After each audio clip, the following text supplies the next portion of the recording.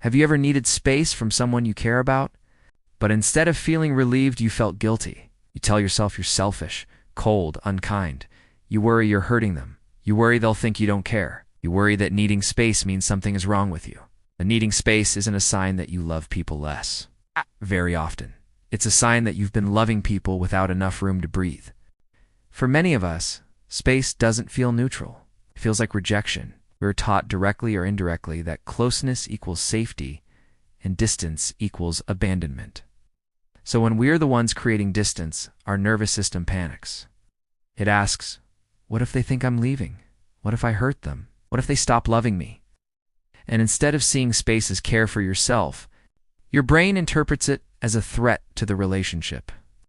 This guilt often comes from childhood. If you grew up in an environment where you had to keep the peace, you were responsible for other people's moods. You learned to read the room before speaking, where love felt conditional on being available. Then you were trained to believe something very specific. Your needs come second.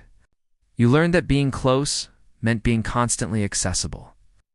So now, as an adult, when you need time alone, quiet, or emotional distance, your nervous system doesn't interpret that as self-care.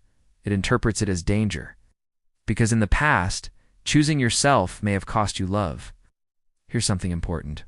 Space is not abandonment. Space is a boundary. Abandonment says I'm leaving and not coming back. Space says, I care about this relationship enough to protect it. Most people don't need space because they don't love someone. They need space because they're overwhelmed.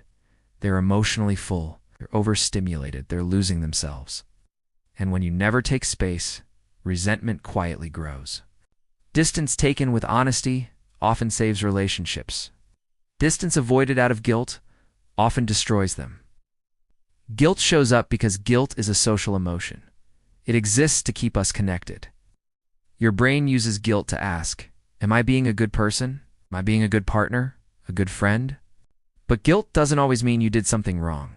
Sometimes guilt just means you're breaking an old rule. It's the rule that said be available, be agreeable, be needed. Don't take up too much space. Don't ask for too much space. When you finally do, your nervous system reacts like you broke a law, even when what you did was healthy. Underneath the guilt, there's usually fear. Fear that they'll feel rejected, they'll be angry, they'll leave, they'll stop caring. So instead of listening to your need for space, you override it. You stay when you're exhausted. You text when you want silence. You explain when you want rest. You apologize for needing air. And slowly, you teach yourself that your needs are a problem. The first step to releasing the guilt is changing the story you tell yourself. Needing space doesn't mean you're selfish, distant, or unloving. It usually means you're emotionally aware. You're protecting your nervous system. You're preventing burnout and resentment. Second, practice saying the truth without apologizing for it. Instead of, I'm sorry, I just need space. I hope that's okay. Try, I care about you, and I need some time to recharge so I can show up better. That isn't rejection. That's responsibility. Third, remind yourself of this. People who are safe for you will not punish you for having boundaries. They may miss you. They may feel uncomfortable, but they will respect it. If you feel guilty for needing space, it doesn't mean you're cold or detached. It usually means you learn to survive by putting yourself last. But relationships aren't built by self-abandonment. They are built by two people who are allowed to be whole. You are allowed to rest. You are allowed to pull back. You are allowed to breathe. Needing space doesn't mean you love less.